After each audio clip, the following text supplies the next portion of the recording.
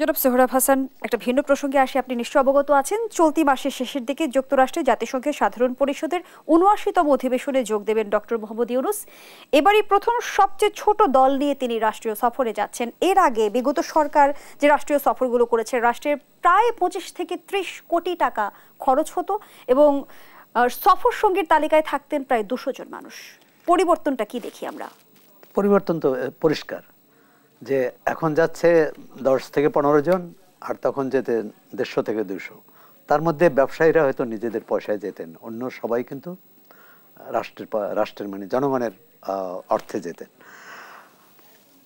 জাতিসংঘের সাধারণ পরিষদের অধিবেশনটা একটি একেবারে বার্ষিক একটা, অনেকে বার্ষিক ভোজসভাও বলে, যে বার্ষিক পিকনিক, যে এখানে যে দেশের প্রতিনিধি কথা বলেন ওই দেশের কয়েকজন, আপনি টেলিভিশনে দেখবেন যে দেশের রাষ্ট্র বা সরকার প্রধান কথা বলেন ওই দেশের কয়েকজন প্রতিনিধি থাকেন, আর দূর আর পেছনের সারিতে আরও হয়তো কয়েকজন থাকেন।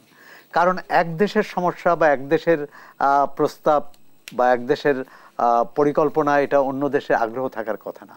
তারপর এটা নিয়ে সার্বিকভাবে বিভিন্ন দেশের রাষ্ট্র সরকার প্রধানরা যেসব প্রস্তাব দেন, এর মধ্যে যদি কমন কোনো বিষয় থাকে, যেমন প্যালেস্টাইন বিষয়, যেমন ইউক্রেন বিষয়, মানে এক্ষেত্রে যে অভিন্ন যে বিষয় থাকে সেটি হয়তো সাধারণ পরিষদের একটা প্রস্তাবে বা অনেকের আলোচনায় আসে বা মহাসচিবের আলোচনায় আসে।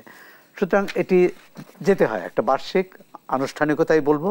সেই আনুষ্ঠানিকতায় বাংলাদেশের প্রতিনিধিত্ব করা, অনেক দেশের রাষ্ট্র বা সরকার প্রধান যান না, পররাষ্ট্রমন্ত্রী প্রতিনিধিত্ব করেন।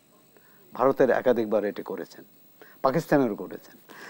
আমাদের এখানে এর ব্যতিক্রম হয়নি যতটা আমার মনে পড়ে। তো এখানে একটা বিরাট ব্যাপার, যে কোটি কোটি টাকা খরচ করে জনগণের অর্থ, ফলটা কি?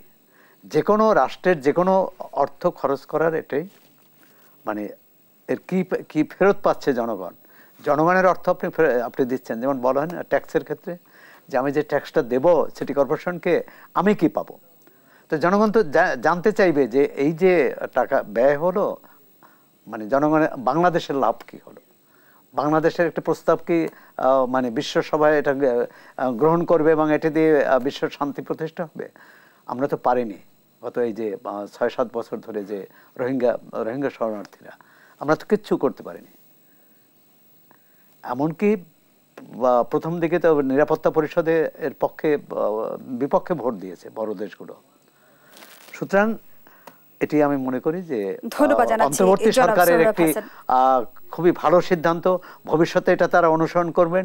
আরেকটি ভালো সিদ্ধান্তের কথা বলি, বিগত সরকারের বা তার আগের সরকারেরও জনগণ বা সাংবাদিকরা প্রশ্ন করতে পারতেন না।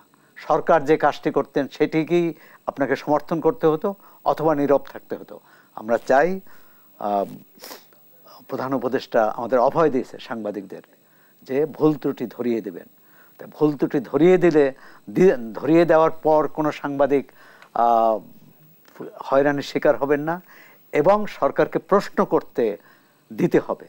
প্রশ্ন করতে পারে যে কোনো বিষয়। এই প্রশ্ন করার অর্থ হচ্ছে সরকারের জবাবদিহিতা আদায় করা।